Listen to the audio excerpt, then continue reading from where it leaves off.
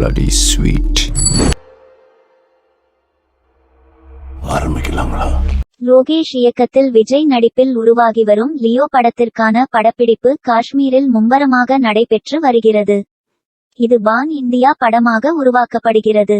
அதனால் இந்த படத்தில் நடிக்க இருக்கும் முன்னணி நடிகர்கள் அவர்களுக்கான ஷூட்டிங்கை லோகேஷ் ஒவ்வொரு வாரமாக பிரித்துக்கொண்டு அவர்களை வைத்து படப்பிடிப்பை நடத்தி வருகிறார்.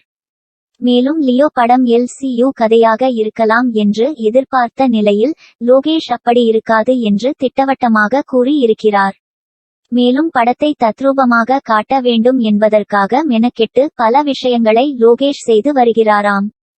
லோகேஷ் கனகராஜ் 500க்கும் மேற்பட்ட தமிழ் ஆட்களை காஷ்மீர் அழைத்துச் சென்றுள்ளாராம்.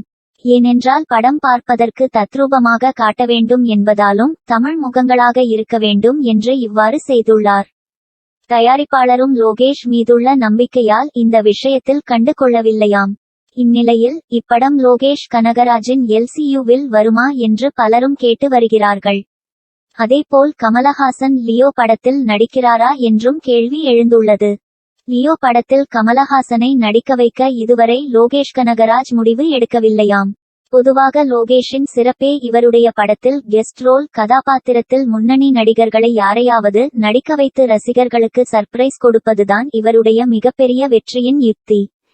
அந்த வகையில் இப்பொழுது லியோ படத்தில் யாரும் எதிர்பார்க்காத அளவிற்கு கமலை நடிக்க வைத்தால் கூட ஆச்சரியப்பட வேண்டாம் என்று கூறப்படுகிறது.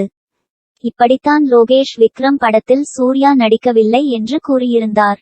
ஆனால் கடைசியில் சூர்யா நடிக்கிறார் என்று அவரேதான் கூறினார். அது மாதிரிதான் இப்பொழுது லியோ படத்திலும் LCU காட்சிகளும் கிடையாது, கமல்ஹாசனும் இதில் நடிக்கப் போவதில்லை என்று கூறியிருந்தார். ஆனால் இந்த படத்தில் வரும் அப்டேட்டுகள் பார்த்தால் இது LCU கதையாகவும் இருக்கலாம். இந்த படத்தில் கமல்ஹாசன் கண்டிப்பாக நடிப்பதற்கான வாய்ப்புகளும் அதிகமாக இருக்கிறது. இது ரசிகர்களுக்கு சர்ப்ரைஸ் கொடுக்க லோகேஷ் போட்ட பிளான் ஆக இருக்கலாம்.